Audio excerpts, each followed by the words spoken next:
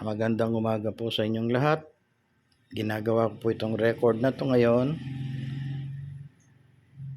June 13, 2024. Meron po akong hawak ditong bato na suspetsa ko na ito isang meteorite na galing sa ibang planeta. Napakabigat po itong bato na to. Ang bigat po ng solid na solid, matigas na matigas. At ito'y suspetsa ko na isang meteorite na napakaitim. May itim po itong bato na to. At meron din po tayo dito isang magnet. Ito po isang magnet. Yan o, tignan nyo po ang magnet na to. Yan. Yun. Kinain. Alisin muna natin. Dumikit. Ito pong magnet na to, laging dumidikit. Yan, pati pahintuin muna natin siya, gumagalaw.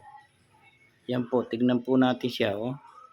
Paggalawin natin dahil magnet po ito. O yun, oh.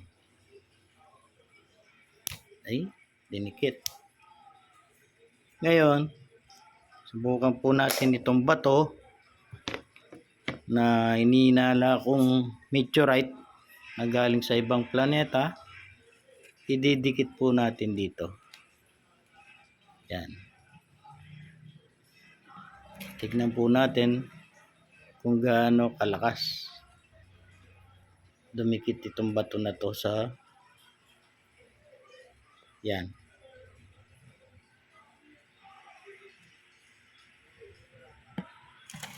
Dali. Taasan po natin ng konti. Titignan po natin kung didikit yung bato na to sa magnet. Yan po.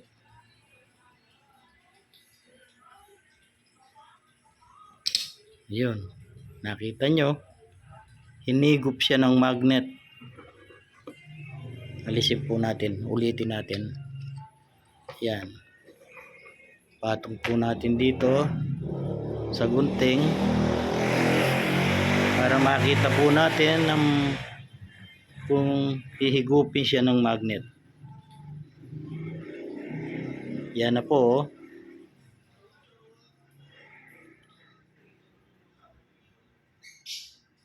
Yan, dahan-dahan po natin. Oh, tignan nyo.